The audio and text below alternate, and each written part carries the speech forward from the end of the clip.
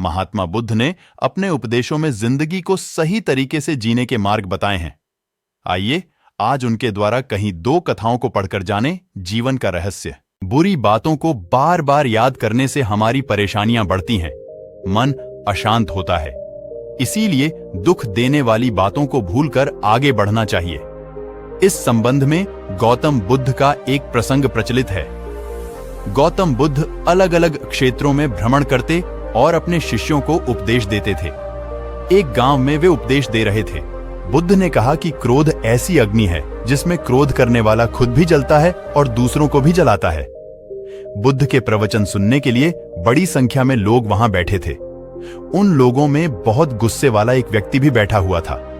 उसे ये बातें पसंद नहीं आई। वह अचानक उठा और बोलने लगा कि बुद्ध, तुम पाखंडी हो। बद्दी बड़ी बातें करना ही तुम्हारा काम है। तुम लोगों को भ्रमित कर रहे हो। तुम्हारी ये बातें आज कोई मायने नहीं रखती हैं। व्यक्ति लगातार बुद्ध को अपमानजनक बातें सुना रहा था। वहां बैठे सभी लोग ये देखकर हैरान थे कि बुद्ध ये सब शांति से सुन रहे थे, लेकिन कुछ बोल नहीं रहे थे। क्रोधी व्यक्ति बुद्ध को शांत देखकर और ज्यादा क्रोधित हो गया। वह बुद्ध के पास गया और उनके मुंह पर थूककर वहां से चला गया। घर पहुंचकर क्रोधी व्यक्ति का मन शांत हुआ तो उसे अपने के पर बहुत पछतावा हुआ। वह बुद्ध से क्षमा मांगने पहुंचा, लेकिन उस गांव से बुद्ध पड़ोस के गांव के लिए निकल चुके थे। वह व्यक्ति बुद्ध को खोजते हुए दूसरे गांव में पहुंच गया। वहां व्यक्ति को जैसे ही बुद्ध दिखाई दिए, वह उनके चरणों में गिर गया और क्षमा मांगने लगा। बुद्ध ने उस व्यक्ति से पूछा, तुम कौन हो और क्षमा क्यों मांग रहे हो? उस व्यक्ति ने कहा, क्या आप भूल गए? मैंने कल आपके साथ बुरा व्यवहार किया था, आपका अपमान किया था। बुद्ध ने कहा, बीता हुआ कल मैं वहीं भूल आया हूं और तुम अभी भी वहीं रुके हुए हो। तुम्हें गलती पर पछतावा है, तुमने पश्चाताप कर लिया। अब तुम निष्पाप हो गए हो। बुरी बातें याद करते रहने से हमारा आज बर्बाद हो जाता है। इस आदत की वजह से भविष्य भी बिगड़ सकता है। इसीलिए बीते हुए कल की बातों को भूलकर आगे बढ़ना चाहिए। हम लोग भगवान से हमेशा कुछ न कुछ मांगते रहते हैं। हमारे मांगने का कभी अंत नहीं होता। कई बार हमारी मांगी मुराद पूरी होती है तो कई बार ऐसा लगने लगता है कि प्रार्थना बेकार जा रही है, भगवान हमारी सुन ही नहीं रहा है। जबकि सच यह है कि भगवान हर किसी की सुनते हैं और सभी की झोली भरने की कोशिश करते हैं। लेकिन जब झोली भरी हो या आपको भरी झोली को खाली करने का तरीका नहीं मालूम हो, तो भगवान यही सोचता है कि इसे देने का भी क्या फायदा।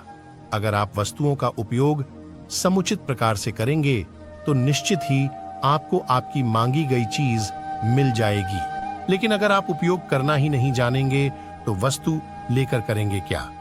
इस संदर्भ में एक रोचक कथा है।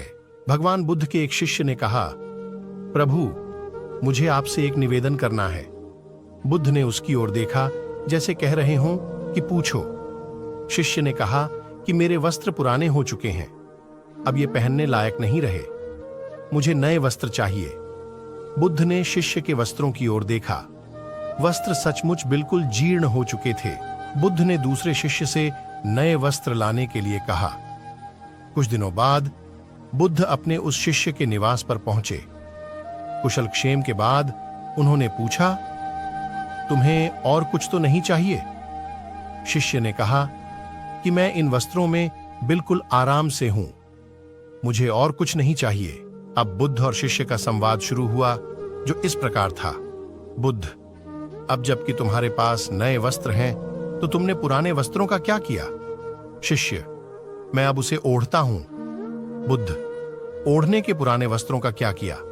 शिष्य, जी, मैंने उसे खिड़की पर लगा दिया है। बुद्ध, तो क्या तुमने पुराने पर्दे फेंक दिए? बुद्ध, तो रसोई के पुराने वस्त्रों का क्या किया?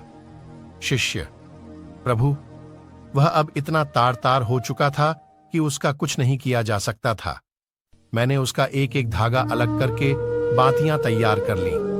उन्हीं में एक से कल रात आपके कक्ष को प्रकाशित था। बुद्ध, तो रसोई के पुराने वस्त्रों का क्या किया? शिष्य, प्रभु, वह अब इतना तार तार हो चुका था कि उसका कुछ नहीं किया जा सकता था। मैंने उसका एक एक धागा अलग करके बातियां तैयार कर ली। उन्हीं में एक से कल रात आपके कक्ष को प्रकाशित था। बुद्ध शिष्य के इन उत्तरों से संतुष्ट हो गए। वे प्रसन्न थे कि उनका शिष्य वस्तुओं को बर्बाद नहीं करता और उसमें समझ है कि उनका उपयोग किस तरह से किया जा सकता है।